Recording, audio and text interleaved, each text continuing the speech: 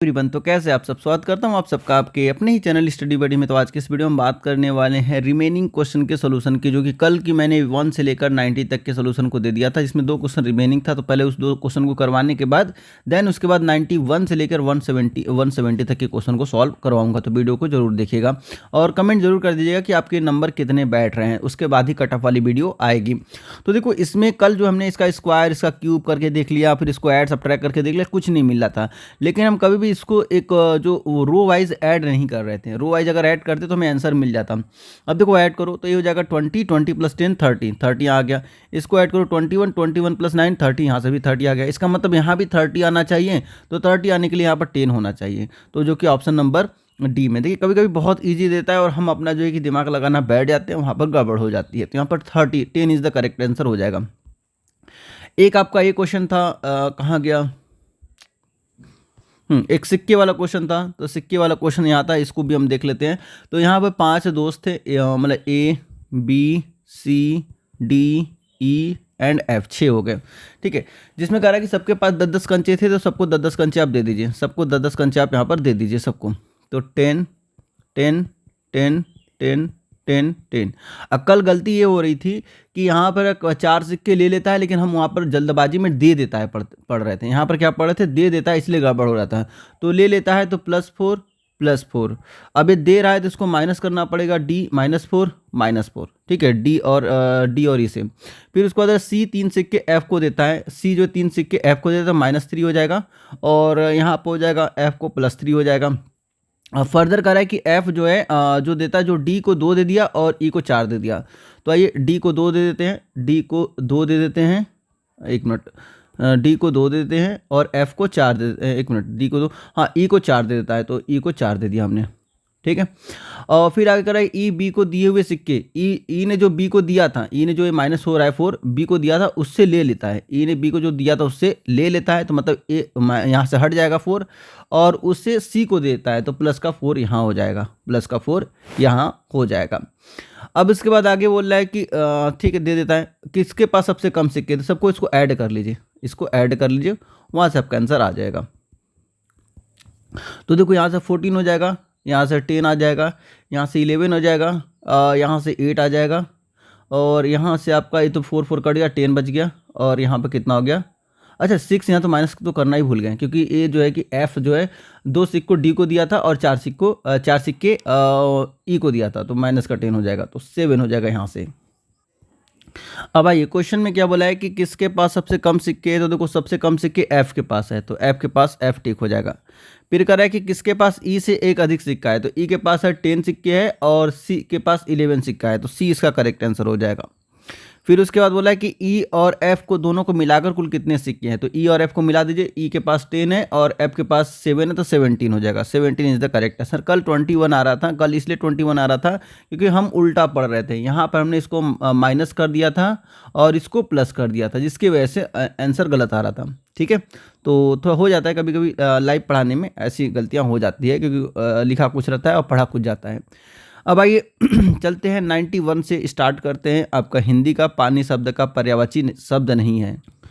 तो देखिए, जो पहला है आपका पानी शब्द का पर्यायवाची पूछा, तो नीर भी पर्यायवाची है, वारी भी है और जल भी है, और जो नीरद है ये वर्षा का पर्यायवाची है, ये वर्षा का पर्यायवाची है, तो इसका करेक्ट आंसर सी हो जाएगा। क्योंकि यहाँ क्या पूछा था, यहाँ पूछा था कि शब्द का पर्यायवाची नहीं है, नहीं पूछा ना, नहीं है तो नीरद हो जाएगा, नीरद वर्षा का पर्यायवाची है। अब कह रहा है गगनचुंबी शब्द में कौन सा समास है। अब देखिए, जो गगनचुंबी का मीनिंग होता है वो होता है गगन को चूमने वाला। क्या होता है, गगन को चूमने वाला, चूमने वाला। तो देखो यहाँ पर अलग हो रहा है ना, तो कर्ता ने कर्म को, तो कहा जाए तत्पुरुष समास हो जाएगा, इसका क्या हो जाएगा, तत्पुरुष समास, 92 का डी हो जाएगा। निम्नलिखित में से सही विराम चिन्ह किस पर लगा है, तो किस पर लगा है ये आपको बताना है। अब देखिए, एक्सक्लेमेटरी सेंटेंस सब में है, तो इसमें बोला अरे क्वेश्चन मार्क लगा दिया, बड़ा अच्छा गीत है, कौन सुन रहा है, ठीक है। तो ये तो होगा नहीं, क्योंकि अरे शब्द के बाद हमें क्या लगना चाहिए, जो एक्सक्लेमेटरी साइन होता है हमें वो लगाना चाहिए, जो कि ऑप्शन नंबर बी में है, तो बी का करेक्ट आंसर हो जाएगा। बाकी देखिए यहाँ पर कॉमा लगा दिया, तो कॉमा से तो बनेगा नहीं, और फिर उसके बाद आपका लास्ट में भी अरे लगाया है, अरे के बाद क्वेश्चन मार्क लगा दिया है, ठीक है। तो इसका करेक्ट आंसर क्या हो जाएगा, आपका बी हो जाएगा। आइए नेक्स्ट, नेक्स्ट में बोला है कि प्रख्यात शब्द में कौन सा उपसर्ग है, तो इसका करेक्ट आंसर आपका हो जाएगा प्र हो जाएगा, प्र इसका करेक्ट आंसर हो जाएगा। अब जहाँ जैसे कप्तान से संबंधित है वैसे ही अखबार किससे संबंधित है।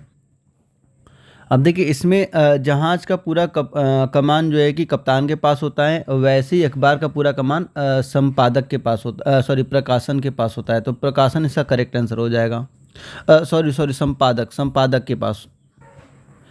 अब देखिए इसी में एक क्वेश्चन आपका एक तरीके से रीजनिंग का रिपीटेड भी बोल सकते हो, क्योंकि आया था आपके उसमें कि साइकोलॉजी मानव से रिलेटेड, वैसे अर्नियोथोलॉजी आपका 25 से है, तो इसका करेक्ट आंसर ये हो जाएगा। नेक्स्ट है गाड़ी धीरे धीरे चल रही है, वाक्य में धीरे धीरे क्या है, तो इसमें जो धीरे धीरे है वो क्रिया विशेषण हो जाएगा, इसका D is the correct option हो जाएगा। मैं भी पौधे लगाना चाहता हूँ, इस वाक्य का काल बताइए।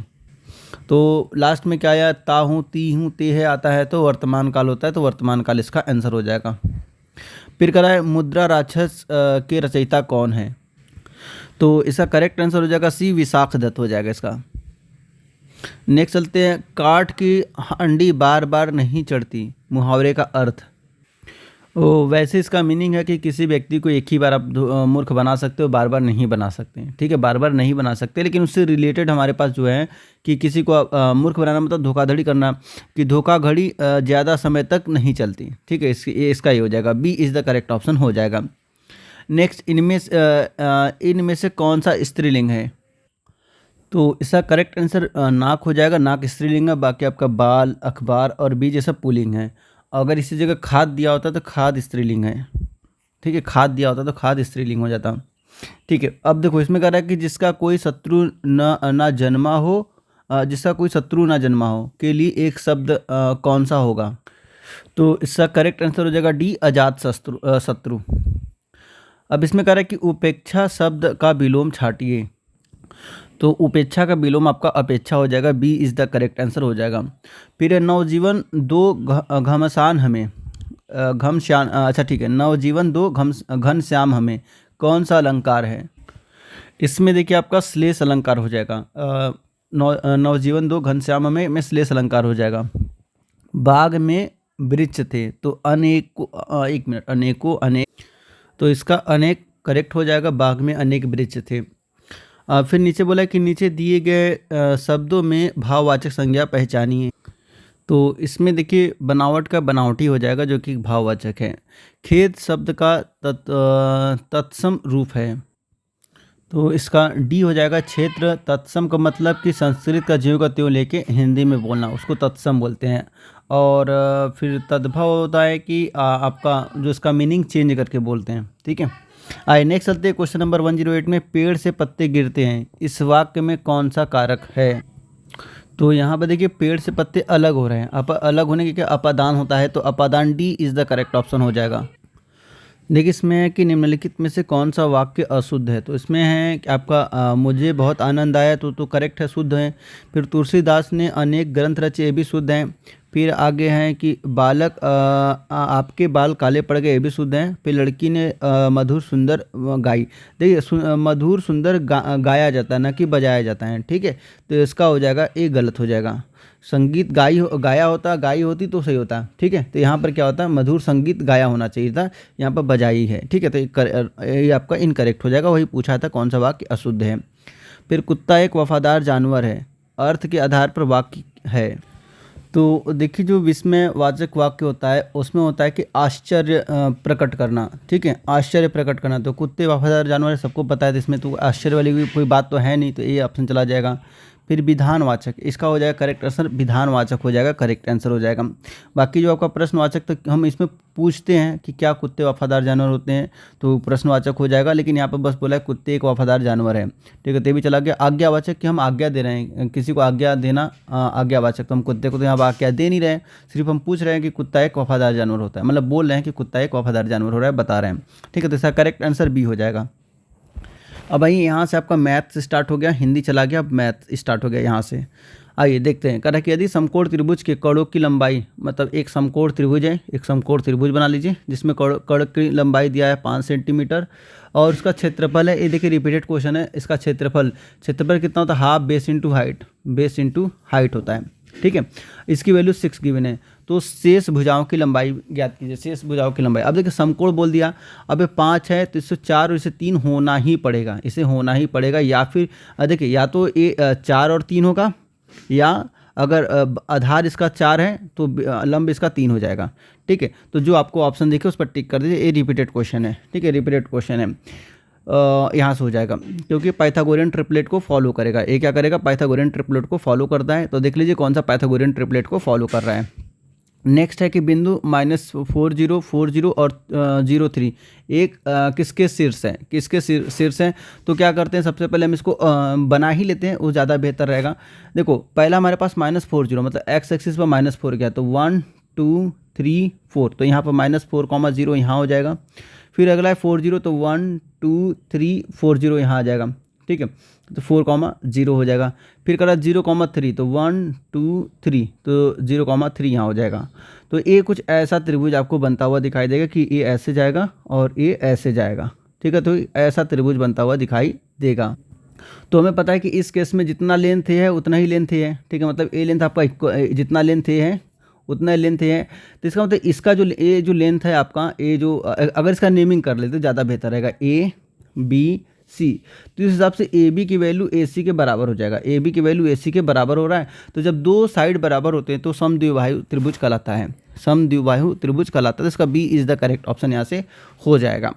नेक्स्ट चलते हैं। यदि ट्रायंगल ABC सिमिलर है ट्रायंगल DEF के, और एंगल A की वैल्यू गिवन है 30 डिग्री और एंगल C की वैल्यू गिवन है 50 डिग्री, और AB की वैल्यू गिवन है 5, AC की वैल्यू 8 सेंटीमीटर और DF की वैल्यू 7.5 सेंटीमीटर गिवन है, तो इनमें से क्या सही है। आइए सबसे पहले हम इसको बना ही लेते हैं, उसके बाद ही इसको देखते हैं कि क्या पूछ रहा है, मतलब क्या कैसे सॉल्व होगा। तो पहले ABC बना लीजिए। हमने ABC बना लिया, ABC, और इसमें A की वैल्यू 30 डिग्री गिवन था, 30 लिख दीजिए, और C की वैल्यू 50 है तो 50 लिख दीजिए।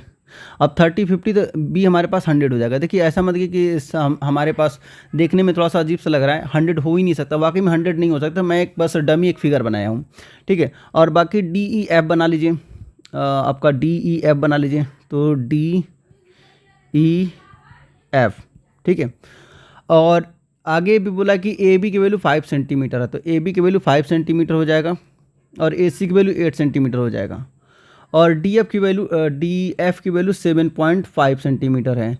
तो इनमें से कौन सा सही है। तो देखो अगर एंगल A, तो सिमिलरिटी वाला क्राइटेरिया हम अप्लाई करते हैं, तो कितना हो जाएगा, AB अपॉन में हो जाएगा आपका DF, सॉरी अभी तो D होगा, D is equal to AB upon D हो जाएगा, फिर उसका BC अपॉन में EF हो जाएगा, फिर उसके बाद AC।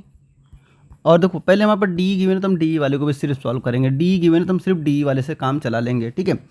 क्योंकि अब हम अधिक, लेकिन BC नहीं गिवन है हमारे पास, BC नहीं गिवन है तो हमें AC के वाले का यूज करना पड़ेगा। AC अपॉन में हो जाएगा आपका DF हो जाएगा, ठीक है, DF हो जाएगा, और जो कि हमें DF गिवन है। तो इसका मतलब इस बीच वाले का काम नहीं, इसको हटा देते हैं, इन्हीं से हम इसको सॉल्व कर लेते हैं। तो AC अपॉन में DF, ठीक है। अब यहाँ सॉल्व करिए, तो AB की वैल्यू गिवन है 5, तो 5 रख दिया, और DE हमें निकालना था, D की जगह हमने X रख दिया, इज इक्वल टू AC की वैल्यू 8 गिवन है तो 8 रखा अपॉन में, और हमारे पास क्या है, इसकी वैल्यू DF की वैल्यू 7.5 है तो 7.5 रखा। अब यहाँ से क्रॉस मल्टीप्लाई कीजिए, तो X इज इक्वल टू कितना हो जाएगा, क्रॉस मल्टीप्लाई करेंगे तो 5 × 7.5 अपॉन में कितना हो जाएगा, 8 आ जाएगा, ठीक है। अब इसे सॉल्व कीजिए, तो देखिए देखने से लग रहा है कि A 8 से कम है, तो 0 पॉइंट समथिंग आएगा, और 0 पॉइंट समथिंग में जब 5 से मल्टीप्लाई करेंगे तो कभी भी 12 के आसपास नहीं आएगा।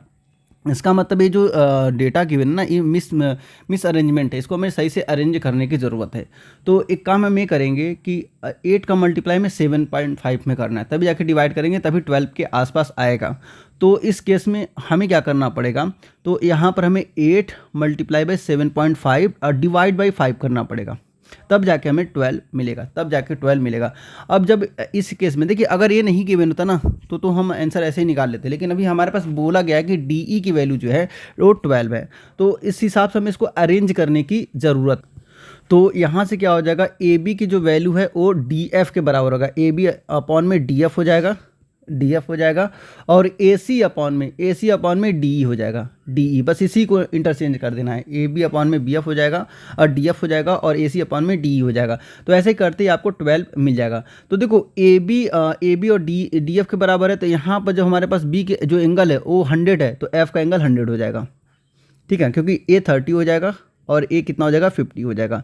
तो यहाँ से ऑप्शन नंबर बी करेक्ट हो जाएगा, ऑप्शन नंबर बी करेक्ट हो जाएगा, ठीक है, क्योंकि जो पहले डेटा गिवन था उस डेटा से तो आंसर नहीं आ रहा था, तो हमने इसको रीअरेंज किया तब जाके हमारे पास आंसर आ गया, ठीक है, इसका B is the correct option हो जाएगा।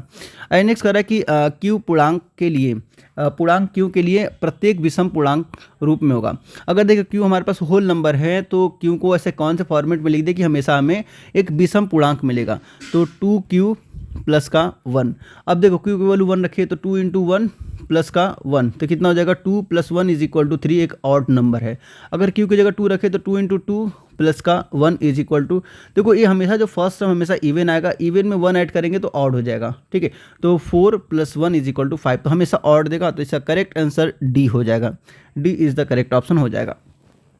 अब इसमें कह रहा है कि समीकरण दिस एंड दिस की जोड़ी का होगा, ठीक है, तो जोड़ी क्या होगा, तो देखो यहाँ पर एक हल, दो हल, अनंत हल दिया हुआ है, तो आपको पता होना चाहिए कि जब भी हमें a1x plus b1y plus c1 is equal to 0 और second equation a2x plus b2y plus c2 is equal to 0 ऐसा कुछ दिया रहे, तो अगर a1/a2 is not equal to b1/b2 आता है तो इस केस में यूनिक सोल्यूशन देता है, एक हल देता है, इस केस में एक हल देता है, यूनिक सोल्यूशन देता है, ठीक है। और जब a1/a2 is equal to b1/b2 is equal to c1/c2 कुछ ऐसा मिले तो क्या मिलता है, अनंत रूप के अनेक हल मिलते हैं, अनेक हल मिलता है। और जब a1/a2 is equal to b1/b2 is not equal to c1/c2 तो इसमें नो सॉल्यूशन मिलता है, नो हल, कोई हल नहीं, ठीक है, तो ये आप याद रखिए। आइए पहले इसी को हम फॉलो कराते हैं, देखते कौन से क्राइटेरिया को फॉलो कर रहा है। इसको तो इरेज कर दिए, इसको छोड़ देते हैं, इसको इरेज कर देते हैं। तो a1 की वैल्यू यहाँ पर 5 है और a2 की वैल्यू 3 है, तो 5/3 इज इक्वल टू इसकी वैल्यू -15 है, -15 अपॉन में -9 हो जाएगा, ठीक है। देखो दोनों को 3 से कट रहे हैं और माइनस से माइनस कट गया तो कितना हो जाएगा, 5 3 जा 3 जा, ठीक है। तो a1/a2 मतलब इस वाले कंडीशन को फुलफिल कर रहा है, इस वाले कंडीशन को फुलफिल, मतलब यूनिक सोल्यूशन तो होगा नहीं, एक हल तो नहीं होगा, ठीक है। अब अगला देखते हैं, अगला क्या है, अगला हमारे पास क्या है कि 8 इधर लाइए तो -8 हो जाएगा, मतलब c1 की वैल्यू -8 हो जाएगा, अपॉन में इसको भी इधर लाएंगे तो -24/5 हो जाएगा, ठीक है। तो अब देखिए ए क्या हो जाएगा, माइनस से माइनस कट जाएगा, ए 5 ऊपर चला जाएगा, 8 1 जा 8, 8 3 जा, तो 5/3 यहाँ भी आ गया, तो सब जगह 5/3 आ रहा है, तो इसका क्या हो जाएगा, अनंत रूप से अनेक हल, इसका करेक्ट आंसर डी हो जाएगा, सी हो जाएगा, क्योंकि हमारे पास कौन सा पैटर्न को फॉलो कर रहा है, किस मतलब प्रॉपर्टी को फॉलो कर रहा है, इस प्रॉपर्टी को फॉलो कर रहा है, a1/a2 is equal to b1/b2 is equal to c1/c2 follow कर रहा है, इसलिए अनेक हल यहाँ से हो जाएगा। अब नेक्स्ट देखिए, ये क्वेश्चन रिपीटेड है, पता नहीं क्यों इसको सही ही नहीं करके दे रहे हैं, हर बार इस क्वेश्चन में गलती करते हैं। ऑप्शन नंबर ए करेक्ट हो जाएगा, लेकिन यहाँ पर 3 होगा, यहाँ पर ये ब्रैकेट बना होगा, यहाँ पर 3 होगा, ठीक है, यहाँ पर ब्रैकेट बना होगा, यहाँ पर 3 होगा, यही करेक्ट आंसर होगा। बाकी अगर गुणनखंड करने जाएंगे तो बहुत टाइम लग जाएगा, तो आप हिट एंड ट्रायल मेथड से सॉल्व कीजिए। देखिए लास्ट में कितना है, -30 है, तो देखिए जितने भी आपके न्यूमेरिक नंबर है सबको आपस में मल्टीप्लाई कीजिए, तो -2 इंटू -5 इंटू -3, तो देखिए एक कितना हो जाएगा, माइनस माइनस प्लस हो जाएगा, 10 हो जाएगा, 10 इंटू -3 इज इक्वल टू -30 आ जाएगा, जो कि आपका यहाँ पर दिख रहा है। बाकी और किसी में भी मल्टीप्लाई करोगे -30 नहीं आएगा, किसी भी मल्टीप्लाई करोगे -30 नहीं आएगा, और हर साल ये गलती करते हैं, हर साल इससे हम गलती करते हैं, और ऑप्शन में हमेशा ए आता है, ठीक है। तो मैंने बताया था जब इसको सॉल्व कराया था कि जब भी आपको ऐसा दिखे आपको क्या करना है, टिक कर देना है। यदि किसी वृत्त की त्रिज्या 50% कम हो जाती है तो इसका क्षेत्रफल, ये भी रिपीटेड क्वेश्चन है। तो इसका भी आंसर मैं बता चुका हूँ, एक्सप्लेन कर चुका हूँ, सीधे मैं आंसर लिख के चल जा रहा हूँ क्योंकि टाइम बहुत ज़्यादा लग जाएगा सॉल्व कराने जाऊँगा। तो ऐसे आपको देखना है तो प्रीवियस वाला वीडियो देख सकते हो, उसमें मैंने बहुत अच्छे से एक्सप्लेन किया है। इसका 75 हो जाएगा। ये भी देखिए रिपीटेड क्वेश्चन है, इसका हो जाएगा आपका n+1 2n+1/6 हो जाएगा। ठीक है, n+1 और मैंने बताया था कि अगर ऐसे दिया जाए 1 + 2 + 3 अप टू so on दिया रहा है तो उस केस में आपका क्या होता है n+1 डिवाइड बाई 2 होता है। अगर वही स्क्वायर दिया रहा है तो स्क्वायर में होता है n+1 2n+1 डिवाइड बाई 6 हो जाएगा। और वही अगर क्यूब दिया रहेगा तो n+1 डिवाइड बाई 2 का होल स्क्वायर होता है। ठीक है, ये आपका क्यूब का है, मतलब 1 का क्यूब + 2 का क्यूब + 3 का cube up to so on। ठीक है, इसका आंसर ये आएगा और जो क्वेश्चन गिवन इसका आंसर ये आएगा और ये इसका है। ठीक है, अब सुहेल एक काम को 10 दिन में करता है जबकि समीर उसी काम को 15 दिन में कर लेता है, तो दोनों मिलकर काम 6 दिन में कर लेंगे। ये भी रिपीटेड क्वेश्चन है, ये भी आपका रिपीटेड क्वेश्चन है। बाकी मैंने बताया है कि कैसे सॉल्व करना है, इफिशिएंसी निकाल लेना है। पहले सुहेल 10 दिन में कर रहा है और समीर 15 दिन में कर रहा है, तो दोनों का एलसीएम निकाल लीजिए। एलसीएम निकाल लीजिए, तो एलसीएम आपका आ जाएगा, एलसीएम आ जाएगा 30 आ जाएगा। अब देखिए सुहेल की इफिशिएंसी कितनी है, तो 30/10 = 3 की इफिशिएंसी है। और समीर की इफिशिएंसी कितनी है, समीर की इफिशिएंसी 15 दिन में कर रहा है, इसका मतलब इफिशिएंसी कम होगा, तो 30/15 = 2 की इफिशिएंसी है। अब दोनों के एक साथ इफिशिएंसी कितनी हो जाएगी, 5 की हो जाएगी। और टोटल काम कितना है आपका, 30 काम है और दोनों की एफिशिएंसी 5 है, तो कितने दिन में कंप्लीट होगा, 6 दिन में। तो 30/5 = 6 डेज का करेक्ट आंसर हो जाएगा। अब कर नेक्स्ट है 120 द्विघात समीकरण x² + kx + k is not equal to 0, शून्यांक क्या होंगे। मतलब आपको बताना है, इसका जीरोज बताना है, शून्यांक क्या होगा। अब देखिए इसको कैसे सॉल्व करेंगे, तो सबसे पहले क्या करना है आपको क्वाड्रेटिक इक्वेशन का फॉर्मूला पता होना चाहिए कैसे निकालते हैं। तो x = मतलब अल्फा बीटा मान लेते हैं, इसके 2 शून्यांक है, 2 जीरोस है, तो अल्फा बीटा = कितना हो जाएगा, माइनस का b होता है, माइनस का b + √b² - 4ac अपॉन में 2a होता है। ठीक है, तो यहाँ पर x² का कोएफिशिएंट a कहलाता है, x का कोएफिशिएंट b कहलाता है और कांस्टेंट हमारा c होता है। ठीक है, तो सबकी वैल्यू यहाँ पुट कर दी, तो b की वैल्यू कितना है, k गिवन है, तो k रखा, माइनस का k +√k² माइनस का k² - 4ac, तो 4 अपनी जगह रहेगा, a की वैल्यू 1 है, c की वैल्यू k है, तो 4k हो जाएगा अपॉन में 2 हो जाएगा। ठीक है, अब यहाँ देखो सॉल्व करो, तो एक आपका जो अल्फा की वैल्यू माइनस का k +√k² - 4k आ रहा है अपॉन में 2 आ रहा है। लेकिन जब बीटा की वैल्यू निकालने जाएंगे, ये अल्फा की वैल्यू हो गया, अब बीटा की वैल्यू देखिए, प्लस माइनस एक अल्फा की वैल्यू हो गई, माइनस वाला बीटा की वैल्यू हम मान लेते हैं, तो -k - 4k, ठीक है, अपॉन में 2। तो यहाँ से देखिए हमें हो सकता है कि पॉजिटिव मिल सकता है, जरूरी नहीं कि दोनों पॉजिटिव मिले, लेकिन यहाँ पर पॉजिटिव के चांसेस है। और लेकिन यहाँ कभी भी पॉजिटिव नहीं मिलेगा, क्योंकि देखो ए भी नेगेटिव, जब नेगेटिव में नेगेटिव को ऐड करते हैं तो हमेशा नेगेटिव मिलता है। तो इसका करेक्ट आंसर हो जाएगा, दोनों सकारात्मक नहीं हो सकते। करेक्ट आंसर क्या हो जाएगा, दोनों सकारात्मक नहीं हो सकते, एक नकारात्मक होगा और एक सकारात्मक होगा। ठीक है, अब आप लोग कहेंगे कि सर यहाँ पर ये भी दिया हुआ है, ये भी हो सकता है। देखिए ये नहीं होगा, क्योंकि हमें इसके बारे में ऊपर, हमें नीचे बीटा की वैल्यू तो हमें पता है, बीटा की वैल्यू कभी भी धनात्मक नहीं होगा, कभी भी नहीं होगा। ठीक है, क्योंकि दो ऋणात्मक संख्याओं को जब हम ऐड करते हैं तो हमेशा ऋणात्मक मिलता है। लेकिन अल्फा के बारे में पता नहीं है, अल्फा धनात्मक भी हो सकता है, ऋणात्मक भी हो सकता है। ठीक है, और तो ऑप्शन नंबर ये चला जाएगा, दोनों असमान होते हैं। तो देखिए दोनों ऋणात्मक हो सकते हैं, दोनों तो समान हो गए, अगर दोनों ऋणात्मक हो जाएंगे तो समान हो जाएंगे, तो ये ऑप्शन चला जाएगा, दोनों समान हो सकते हैं। तो यहाँ पर दोनों समान नहीं हो सकते, तो हो सकता है कि हाँ बोला ना कि पॉजिटिव भी आ सकता है, नेगेटिव भी आ सकता है, कहने का मतलब है ऑप्शन ए करेक्ट है आपका। अब नेक्स्ट प्रोबेबिलिटी से आ गया कि एक बैग में 3 लाल गेंद है, 5 सफ़ेद गेंद है और 7 काली गेंद है। कितनी प्रायिकता है कि बैग से यादृच्छिक मतलब रैंडम रूप से निकाली गई गेंद न तो लाल होगी और न ही काली होगी। तो ये टोटल पहले गेंदों की संख्या देख लीजिए कितनी है, 3 लाल है, 3 रेड है, +5 वाइट है और +7 ब्लैक है। ठीक है, तो अब टोटल गेंदों की संख्या कितना हो जाएगा, 15 हो जाएगा। अब कह रहा है कि कितनी प्रायिकता है कि गेंद से अच्छा ठीक है, कितनी प्रायिकता है कि बैग से यादृच्छिक रूप से निकाली गई गेंद न तो लाल होगी न ही काली होगी। तो देखो यहाँ पर नाइदर नॉर का केस आ रहा है, नाइदर नॉर का केस आ रहा है, और आ रहा है। जब भी और आता है तो हम उसमें क्या करते हैं, ऐड करते हैं। जब भी एंड आएगा तो उस केस में हम मल्टीप्लाई करेंगे। ठीक है। तो पहले हम पहले बोला है न तो लाल हो, तो लाल न होने की प्रोबेबिलिटी कितनी हो जाएगी? देखिए लाल हमारे पास 3 है, जब 3 नहीं निकल सकते तो कितने निकल सकते हैं? ये आपके पास निकल सकते हैं, तो कितने हैं? 5 + 7, 5 + 7 / 15 हो जाएगा। ठीक है, ये हो जाएगा आपका लाल न निकलने की। और या 1 मिनट से, अच्छा ठीक है, यहाँ पर और बोला है तो मल्टीप्लाई होगा।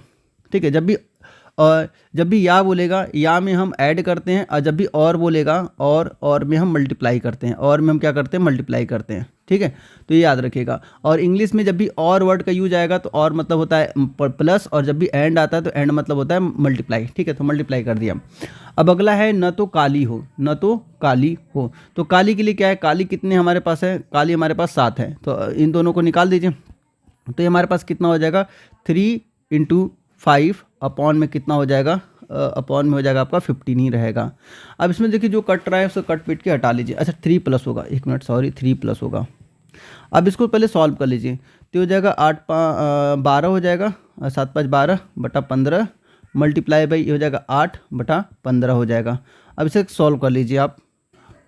अच्छा 1 मिनट, यहाँ पर 2 गेंद नहीं निकाल रहा, सॉरी यहाँ पर 2 गेंद नहीं, यहाँ पर एक ही गेंद निकाल रहा है, एक ही गेंद निकाल रहा है। तो एक गेंद के लिए हमारे पास क्या हो जाएगा? उसने बोला है न तो लाल हो, तो लाल को हटा दीजिए आप। टोटल तो 15 गेंद है, तो लाल को हटा दीजिए आप, तो हमने लाल को हटा दिया। और न ही काली हो तो काली को हटा दीजिए, लाल और काली दोनों को हटा दीजिए। तो बच क्या गया? बस हमारे पास वाइट गेंद बच गया। तो हमारे पास कितना हो जाएगा? 5 वाइट बच गया, अपॉन टोटल 15 है, तो 1/3 इसका करेक्ट आंसर हो जाएगा। और मुझे लगा था शायद 2 गेंद निकालना, इसलिए वो गड़बड़ हो रहा था, क्योंकि हम 2 की जो फार्मूला लगा रहे थे वहाँ 2 का फार्मूला लगा रहे थे, जबकि यहाँ पर एक ही गेंद निकालना है। ठीक है, बैक से एक ही गेंद निकालना है। अब देखिए ये भी आपका रिपीटेड क्वेश्चन है, ये भी आपका रिपीटेड क्वेश्चन, कुछ नहीं करना है। यहाँ पर x मान लेना है 9501 माइनस का x = 3697। अब x को ट्रांसफर कर लीजिए इधर, तो 9501 माइनस का 3697 = x, क्योंकि a इधर जाके पॉजिटिव हो जाएगा, a इधर आके नेगेटिव हो जाएगा। ठीक है, तो ये आप ध्यान दीजिए। तो इसका जो करेक्ट आंसर आपका, जब इसको ऐड करोगे, सब्ट्रैक्ट करोगे, तो 5804 हो जाएगा। करेक्ट आंसर आपका यहाँ से आपका बी हो जाएगा, B is the correct option हो जाएगा। अब आइए इसको सॉल्व करते। क्वेश्चन नंबर 123 में बोला है कि 49 सेंटीमीटर, 33 सेंटीमीटर, 24 सेंटीमीटर आयाम वाले घनाभ के लोहे के एक ठोस टुकड़े का ठोस गोले के रूप में ढाला जाता है। तो गोले की त्रिज्या, मतलब जो इसका आपका क्यूबॉइड लिया है, क्यूबॉइड को इसने एक गोले में कन्वर्ट कर रहा है। ठीक है, तो उस हिसाब से बोला है कि इसका त्रिज्या कितना होगा। ठीक है, जो स्फीयर है उसका त्रिज्या कितना होगा। तो हमें पता है स्फीयर का वॉल्यूम होता है 4/3 πr³ होता है। और जो आयाम दिया हुआ है, मतलब हमारे पास क्यूबॉइड दिया हुआ उसका होता है LBH होता है। ठीक है, अब सबकी वैल्यू रख दीजिए। तो यहाँ पर हो जाएगा 49 × 33 × 24 हो जाएगा। अब हमें r³, बस में r चाहिए, तो r³ = कितना हो जाएगा? 49 × 33 × 24, और अपॉन में देखिए यहाँ पर 3 ऊपर चला जाएगा और 4 नीचे आ जाएगा। और पाई की वैल्यू होता है 22/7, तो देखिए 22 नीचे आ जाएगा और 7 ऊपर चला जाएगा। 7 कहाँ चला जाएगा? ऊपर चला जाएगा। अब इसी को सॉल्व करके आपको वैल्यू निकालना है। तो ये सबसे पहले इसको सॉल्व कर लेते हैं, देखते हैं कितना आ रहा है। तो हमारे पास ये हो जाएगा 11 × 33, 11 दूनी 22, 2 बार में चला गया। फिर उसके बाद इसको कट कीजिए, तो ये हो जाएगा आपका 4 दूनी 8, 8 त्रिक 24 होता है। तो 3 टाइम में देखिए 1 कट गया, 3 टाइम में 1 कट गया। ठीक है, जब इसका मल्टीप्लाई 2 का मल्टीप्लाई आप 4 में कीजिए, 2 का मल्टीप्लाई 4 में कीजिए, तो डिनोमिनेटर में 8 आ जाएगा। 8 बन जाए 8, 8 3 24 हो जाएगा। ठीक है, अब देखो यहाँ पर क्यूब है, तो हमें 3 का पेयर बनाना है, 3 का हमें पेयर बनाना है। तो जैसा कि हमें 3 का तो पेयर दिख रहा है, 1 2 3। ठीक है, तो यहाँ पर हो जाएगा 3 की पावर 3 और इंटू, देखो 49 को हम लिख सकते हैं 7 का स्क्वायर, और एक 7 पहले से है, तो 7 का क्यूब यहाँ से हो जाएगा, 7 का स्क्वायर और 7 का क्यूब यहाँ से हो जाएगा। तो जो r की वैल्यू कितना हो जाएगा? 3 × 7 = 21। 21 इसका करेक्ट आंसर हो जाएगा, इसका A is the correct option हो जाएगा। बाकी आप मल्टीप्लाई करके क्यूब निकालने जाओगे, बहुत टाइम लग जाएगा। अब समूहीकृत डेल्टा के मध्य में गणना करते समय हम मानते हैं कि आवृत्ति है। ठीक है, इसका ये नेक्स्ट देखते हैं क्वेश्चन नंबर 124 की तरफ। तो इसमें आपको दिया हुआ है कि सामूहिकृत डेटा के माध्य की गणना करते समय हम मानते हैं कि आवृत्ति सभी वर्गों में समान रूप से विपरीत है, नहीं समान तो नहीं होती है। कक्षाओं के ऊपरी पर केंद्र नहीं, ऊपरी पर नहीं, निचली, हम मिड पर लेते हैं, हम ना ऊपर लेते हैं ना नीचे लेते हैं, मिड पर लेते हैं। तो कक्षाओं के वर्ग चिन्हों पर केंद्रित है। इसका करेक्ट आंसर आपका डी हो जाएगा। लेकिन अभी भी देखिए इसमें थोड़ा सा मुझे संशय, थोड़ा सा कन्फ्यूजन है। ए और डी में से कोई सा भी ऑप्शन हो सकता है, तो इसको भी मैं मार्क करके भी रखता हूँ। अब जब 3 सिक्के को एक साथ उछाला जाता है तो कम से कम 2 हेड आने की प्रायिकता क्या होगी? तो इसका मैंने शॉर्टकट बताया था उस टाइम। देखो 3 सिक्के को एक साथ उछाला जाएगा तो 2 के पावर 3, 2 के पावर 3 मतलब 8 आ जाएगा, 8 सैंपल स्पेस होगा। तो मैंने बोला था कि इसको 8-8 भाग में मतलब से हाफ हाफ में डिवाइड कर लो। तो 4 हेड 4 टेल पहले लिख लो, 1 2 3 4 हेड हो गया, 1 2 3 4 टेल हो गया। फिर और हाफ करो तो 2 हेड 2 टेल लिखो, head head tail tail, head head tail tell.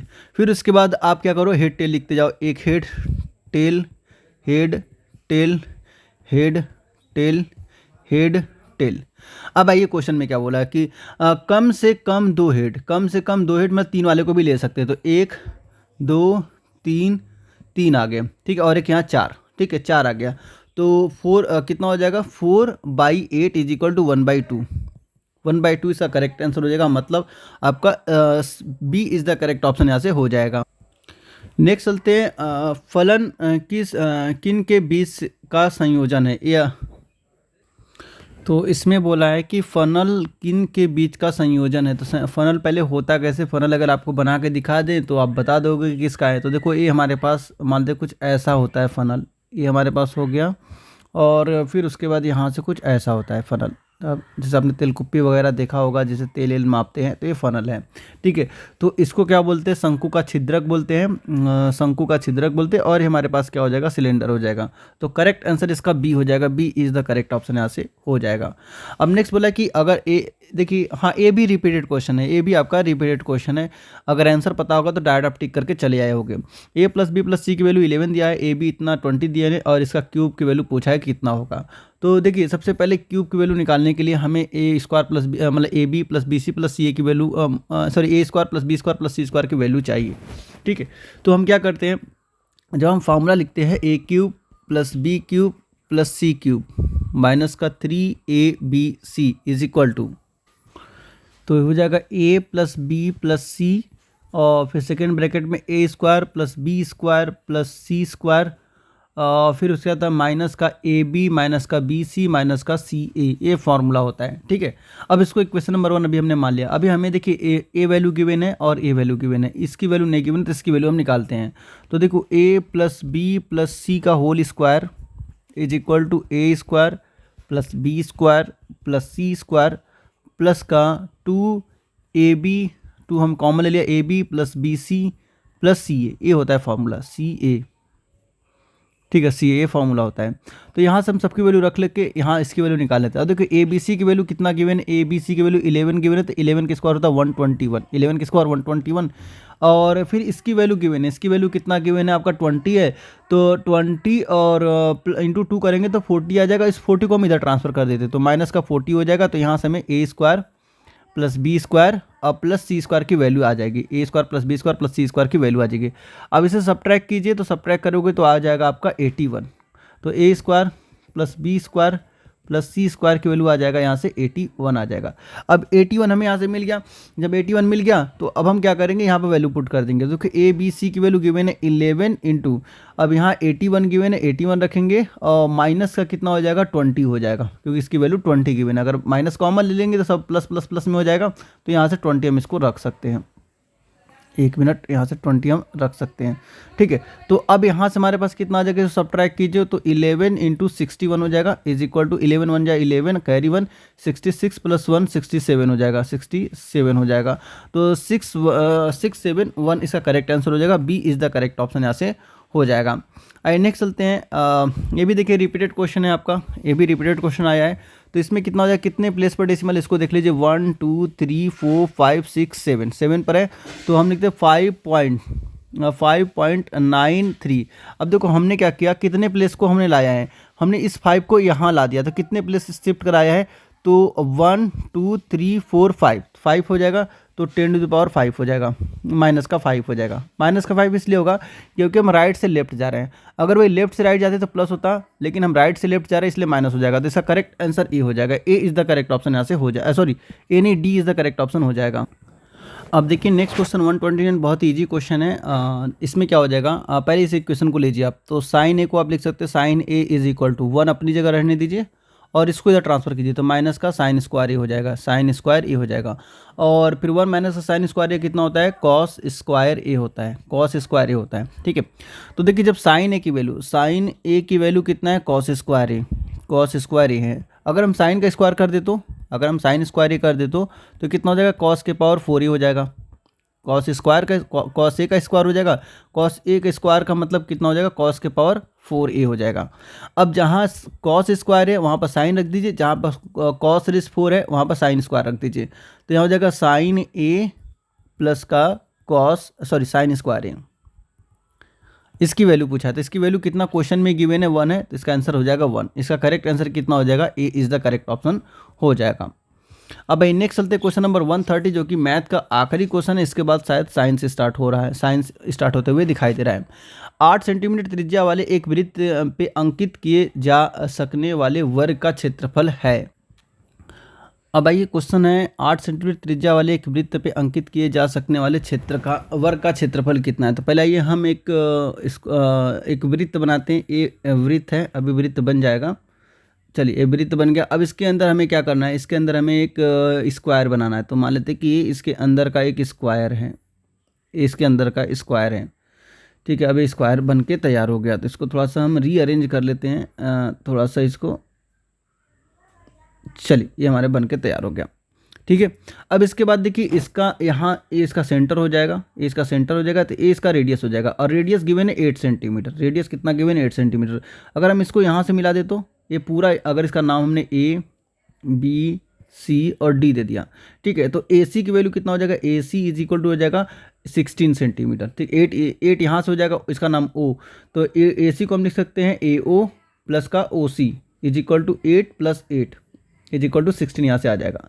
अब देखो हमें क्या नाम है, यहाँ पर वर्ग का क्षेत्रफल पूछा है, तो वर्ग का क्षेत्रफल कितना होता है, साइड इंटू साइड, तो इसका मतलब ए बी स्क्वायर हो जाएगा, साइड ए बी इंटू, हम A B into B C कर सकते हैं, A B into B C कर सकते हैं, या फिर A B into A B भी कर सकते हैं, क्योंकि सभी वैल्यू क्या सभी साइड क्या होते हैं, इक्वल होते हैं, वर्ग में सभी साइड इक्वल होते हैं।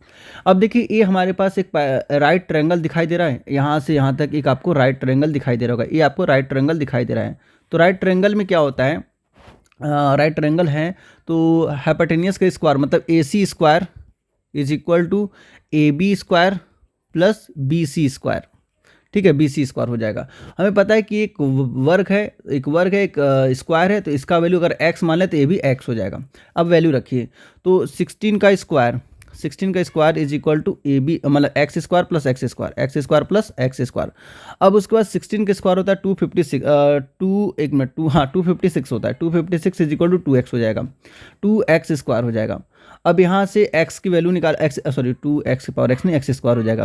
अब यहाँ पर x स्क्वायर ही क्या है, आपका वर्ग का क्षेत्रफल है, वर्ग का क्षेत्रफल इज इक्वल टू 256/2।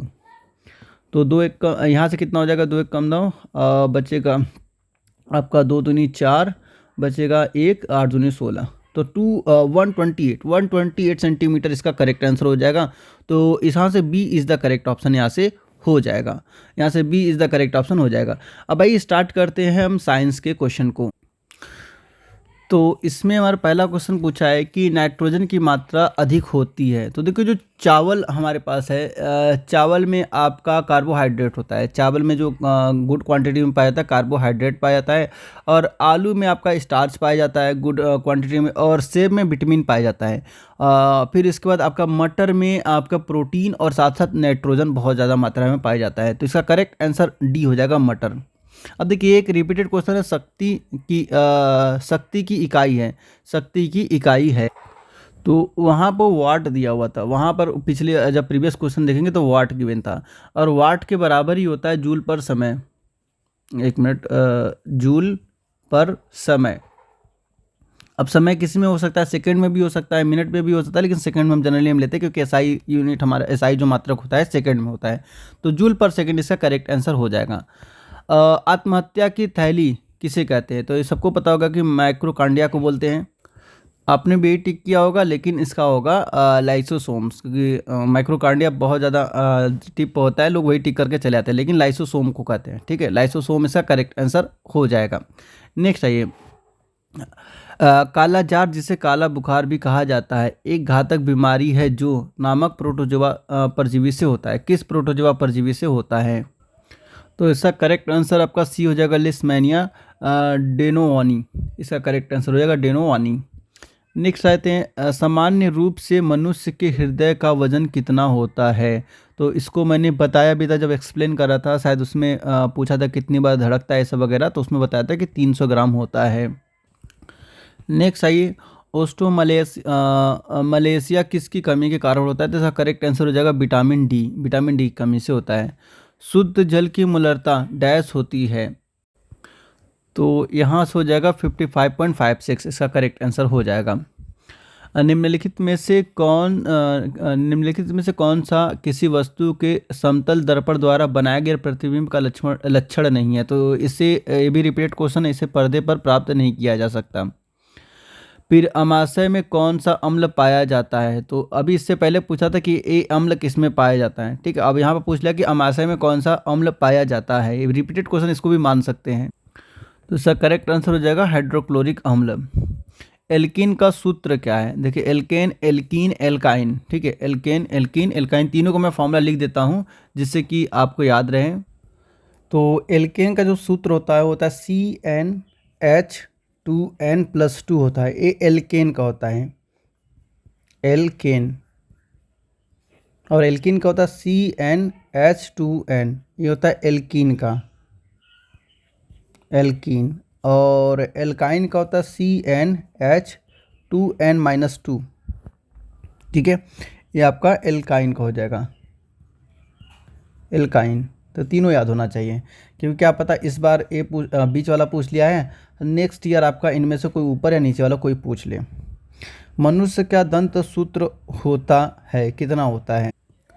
तो इसका करेक्ट आंसर ये हो जाएगा। अब देखो यहाँ पे जो 2 स्टैंड है, 2 स्टैंड फॉर आपका कृंतक है, 2 आपका कृंतक है। और फिर उसके बाद 1 जो है, 2 के बाद जो 1 आया है, 1 आपका कैनाइन है।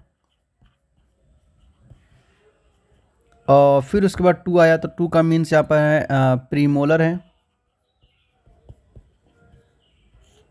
फिर उसके बाद आपका 3 जो है वो आपका दाढ़ के लिए आया है। ठीक है, ये आपके इसका सूत्र है। 3 पेयर इधर, 2 मतलब इधर उधर मिला के टोटल 21 23 21 23 इसका ये सूत्र दिया गया है नाम। अब देखिए, चलते हुए पंखे के एक पंख पर बने बिंदु की गति कैसी होती है? तो मैंने बताया था कि देखिए इसका आंसर तो वृत्ति होता है, लेकिन इन्होंने जो ऑफिशियल की में से पहले दिया था वृत्ति और आवृत्ति दोनों दिया है, वृत्ति और आवृत्ति दोनों दिया है। तो मैंने बोला भी था ग्रुप पर कि आप इस पर टिक कर देना, आप इस पर टिक कर देना। अब नेक्स्ट आपका है कि किसी एक समान विद्युत क्षेत्र में किसी धनावेशित कण को मुक्त किया जाता है आवेश की विद्युत स्थिति ऊर्जा। तो स्थिति ऊर्जा क्या हो जाएगी? घटेगी, घट जाएगी, क्योंकि आवेश विद्युत क्षेत्र से विपरीत जा रहा है, मतलब दूर जा रहा है, इसलिए घट जाएगी। अब इलेक्ट्रिक कार में प्रयोग किए जाने वाले बैटरी में किस तत्व का प्रयोग किया जाता है? तो करेक्ट आंसर हो जाएगा इसका lithium. Lithium is the correct option हो जाएगा। रक्त किस प्रकार का ऊतक है? तो करेक्ट आंसर हो जाएगा बी, संयोजी ऊतक है। जब सेल में कोई धारा प्रवाहित न हो रही हो तो इलेक्ट्रोडों के विभवों में अंतर को क्या कहते हैं? तो इसको बोलते हैं बी, सेल्फ EMF बोलते हैं। एक सक्रिय संकुलन में विघटन के दौरान, तो इसका करेक्ट आंसर ये हो जाएगा ऊर्जा सदैव निष्कासित होती है। विद्युत का सबसे अच्छा सुचालक है, देखिए आ गया फिर से वही, मतलब रिपीटेड क्वेश्चन है। नींबू का पानी, नींबू का पानी, क्योंकि जैसे हम पानी में नींबू डालते हैं उसके वो आयन में तोड़ देता है।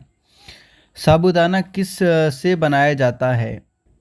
इसमें देखिए मुझे कोई सा भी ऑप्शन करेक्ट नहीं लग रहा है, क्योंकि जो साबूदाना बनाया जाता है वो कैस्कुआ प्लांट से बनाया जाता है, प्लांट के गूदे से बनाया जाता है। जो कैस्कुआ प्लांट जो कि अफ्रीका में पाया जाता है उसके गूदे से बनाया जाता है। फिलहाल देखते हैं कि ऑफिशियल आंसर की में क्या देते हैं। नेक्स्ट आइए, एक स्वस्थ व्यक्ति के शरीर में रक्त की कितनी मात्रा होती है।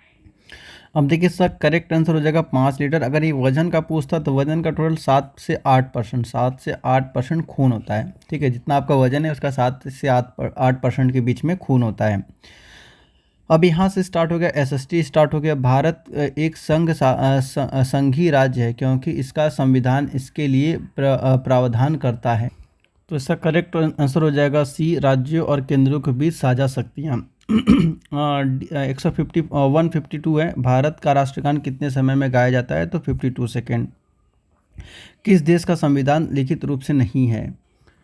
अब देखिए इसमें जो दिया हुआ है इंग्लैंड का हो जाएगा, लेकिन इंग्लैंड के साथ साथ और भी देश है जिनका कोई लिखित संविधान नहीं, जैसे इज़राइल हो गया, इज़राइल है। ठीक है, फिर उसके बाद आपका कनाडा है, कनाडा का भी कोई लिखित संविधान नहीं है। कनाडा के साथ ही साथ आपका सऊदी अरबिया है, न्यूजीलैंड है। ठीक है, न्यूजीलैंड भी है और आपका सऊदी अरबिया है, सऊदी अरब। इन सब का लिखित, और भी कई सारे देश है लेकिन इनका लिखित संविधान नहीं है। नेक्स्ट है, संसार का सबसे पुराना राजतंत्र किस देश का है, तो इसका करेक्ट आंसर बी हो जाएगा जापान। भारत छोड़ो आंदोलन में शुरू किया गया था, कब शुरू किया गया था, तो इसका हो जाएगा 8 अगस्त 1942। आइए नेक्स्ट चलते हैं 156 की तरफ। इसमें बोला है कि कृष्ण क्रांति और ब्लैक रिवॉल्यूशन का संबंध किससे है। तो देखो ब्लैक आ गया, ब्लैक मतलब पेट्रोल, पेट्रोल कलर ब्लैक होता है इसलिए ब्लैक आपका हो जाएगा, B is the correct option हो जाएगा। और कभी कभी अगर ब्लैक ना दे के सिर्फ कृष्ण क्रांति दे दिया तो देखो कृष्ण का कलर जो है कि ब्लैक माना जाता है कि वो काले कलर के थे, तो वहाँ से भी आप ले सकते हो। ठीक है, वहाँ से भी इसको याद कर सकते हो। आइए नेक्स्ट चलते हैं क्वेश्चन नंबर 157। डंकल प्रस्ताव किस संस्था से संबंधित है, इसका करेक्ट आंसर डी हो जाएगा गैट।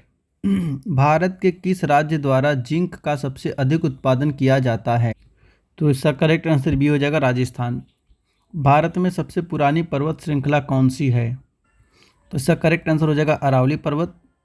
किस शासक के दरबार में सर्वाधिक हिंदू पदाधिकारी थे। देखिए सबको देख के लग रहा होगा कि इसका आंसर अकबर होगा, जो कि गलत है। तो इसका करेक्ट आंसर डी हो जाएगा औरंगजेब, जिन्हें बहुत ज़्यादा बदनाम किया जाता है। लेकिन इनके राज्य में 33% जो है कि जो पदाधिकारी थे वो हिंदू थे। अब ये सांची की स्तूप किसने बनवाया, तो इसका करेक्ट आंसर हो जाएगा सी, अशोक। गेट के स्थान पर 1995 में किसने संगठन का गठन किया, तो इसका करेक्ट आंसर डी हो जाएगा विश्व व्यापार संगठन। ब्रह्मपुत्र नदी को बांग्लादेश में किस नाम से जाना जाता है, तो इसका करेक्ट आंसर बी हो जाएगा यमुना। बारडोली आंदोलन का संबंध किससे है।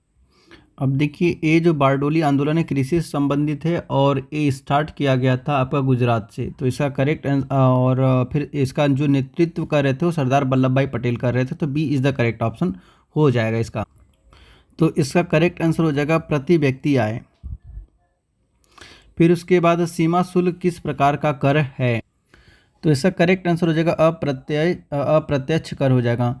आइए 167 की तरफ चलते हैं। भारत में नई आर्थिक नीति कब लागू की गई, तो इसका करेक्ट आंसर हो जाएगा 1991 में की गई थी। भारतीय रिजर्व बैंक की स्थापना कब हुई, तो इसमें कोई भी ऑप्शन करेक्ट नहीं गिवन है, क्योंकि इसका करेक्ट आंसर होगा 1 अप्रैल 1935 में की गई थी। हालांकि 1935 गिवन है तो हम क्या कर सकते हैं उस हिसाब से बी ऑप्शन टिक कर सकते हैं, लेकिन इसमें कोई भी ऑप्शन करेक्ट नहीं है। 1 अप्रैल 1935 में की गई थी। भारत की एंटी टैंक मिसाइल का क्या नाम है। अब देखिए टैंक से यहाँ पर रिलेटेड, टैंक कहाँ होता है, ज़मीन पर होता है, और फिर इसके हिसाब से उसका नाम हो जाएगा नाग। ठीक है, इसका नाग मिसाइल के नाम से जाना जाता है। ठीक है, इसका सी इज़ द करेक्ट ऑप्शन हो जाएगा। आइए, किस संविधान संशोधन में वोट देने का उम्र 21 वर्ष से घटाकर 18 वर्ष कर दी गई थी, तो इसका करेक्ट आंसर हो जाएगा 61वें संशोधन में, ठीक है, 61वें पर हो जाएगा इसका करेक्ट आंसर। और ये होगा हमारा कंप्लीट हो गया। अगर आपको वीडियो जैसा भी लगा हो हमें कमेंट करके ज़रूर बताइएगा। और अभी तक टोटल पहले वाले वीडियो में 1 से लेकर 90 तक क्वेश्चन को कवर कराया गया और दूसरे में 91 से लेकर 170 तक क्वेश्चन को कवर कराया गया। आप सभी दोनों को मिला लीजिए अपना आंसर की, और अपने जितने भी आपके मार्क्स आ रहे हैं तो उसको कमेंट करके ज़रूर बताइए कि हमें इतने मार्क्स हमारे आ रहे हैं। तो उसी हिसाब से मैं जो कल एक कट ऑफ वाली वीडियो ला दूंगा, कट ऑफ वाली वीडियो ला दूंगा। तो जब मुझे मालूम चलेगा कि आपके इतने नंबर के आसपास आ रहे हैं, और प्लस प्रीवियस का पेपर तो मैं देख ही चुका हूँ, इस साल का भी देख चुका हूँ, तो उसके हिसाब से मैं कट ऑफ का वीडियो ला दूंगा, बता दूंगा कि इतना नंबर आपके पास है तो आपको इंटरव्यू में बुलाया जा सकता है। तो अगर वीडियो आपको अच्छी लग रही है तो वीडियो को लाइक कीजिए और अपने दोस्तों में भी शेयर कीजिए, इससे आपके साथ साथ आपके दोस्तों का भी इससे बेनिफिट हो सके। अब देखिए, जैसा कि आपने भी देखा कि बहुत सारे क्वेश्चन रिपीट आ रहे हैं, बहुत सारे क्वेश्चन रिपीट आ रहे हैं। तो अगर कोई 2025 के लिए तैयारी करना चाह रहा है, 2025 के लिए तैयारी करना चाह रहा है, तो 5 साल जो 5 साल की सीरीज मैंने बना रखी है उसको देख ले और इसको देख ले, उसी से उसका सिलेक्शन हो जाएगा, क्योंकि आप भी देख रहे हैं कितना क्वेश्चन रिपीटेड पूछा जा रहा है। तो मिलते हैं नेक्स्ट वीडियो में, तब तक आप लोग अपना बहुत ख्याल रखिए। Thanks for watching.